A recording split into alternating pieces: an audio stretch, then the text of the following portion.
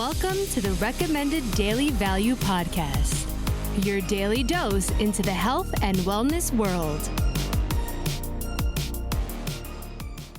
Welcome back to the Recommended Daily Value Podcast, where we dive into everything health, fitness, and nutrition related 5 days a week in 5 minutes or less. This podcast is brought to you by Umzu, and I'm your host, Tyler Woodward. Make sure you hit that subscribe button because today we're talking about mouth taping. You may be wondering if this is a real thing that's here to stay or just another fad that will quickly be out of sight, out of mind. And in my opinion, mouth taping is here to stay. The whole point of taping your mouth is to shut your mouth overnight, which may seem a bit strange. But as you likely know, humans are designed to breathe through their nose, and mouth breathing today has become a bit of an epidemic. Here's 5 reasons why excess mouth breathing can be harmful. Number 1, you may be stressing your immune system. When you breathe through your mouth, you largely bypass our built-in filter system that is in your nose. When you breathe through your nose, you release significantly more nitric oxide into your nasal cavities, which not only helps to increase blood flow to the area, but also helps to fight pathogens and protect the body. Number 2, mouth breathing also causes you to offload too much CO2. While oxygen, or O2, always gets the spotlight, CO2 is equally as important. Your cells basically trade a molecule of oxygen for a molecule of carbon dioxide, absorbing a molecule of oxygen from your red blood cells and giving off a molecule of carbon dioxide to be delivered outside the body. It's like a 1-to-1 trade. CO2 is also a vasodilator and acts to increase blood flow to that area. Basically, the more CO2 your body produces, the more oxygen you can absorb and utilize. Without enough CO2, your body cannot use oxygen efficiently. Hence why when you hyperventilate, you feel very lightheaded. You're releasing too much CO2 relative to the amount of oxygen you're taking in.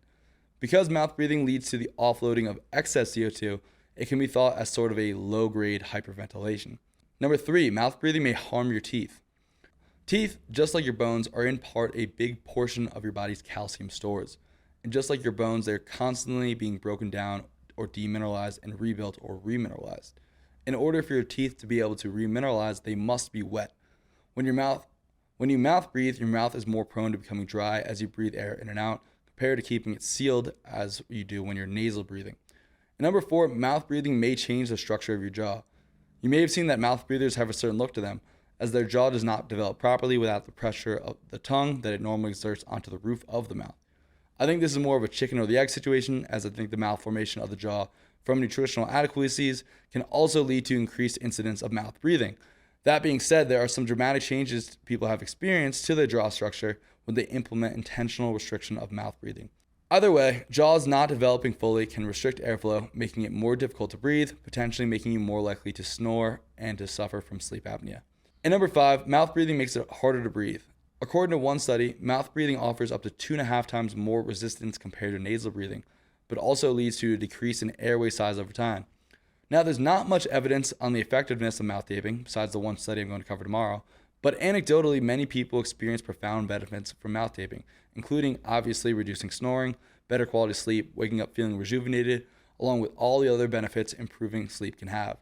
That being said, I don't really think mouth taping is special. It's just a means of ensuring that you breathe through your nose at night. If you naturally do this, then taping your mouth isn't likely to do anything. I personally have found mouth taping to be very beneficial and think everyone should do it at least once for a few weeks to ingrain the habit of nasal breathing. Well, that's it for this episode, so make sure to try out mouth taping for yourself and see how it goes. If you enjoyed this episode, make sure to hit that subscribe button and share it with a friend. And remember, these opinions are my own, based on my own research and experiences, and is not medical advice. Till next time, be good.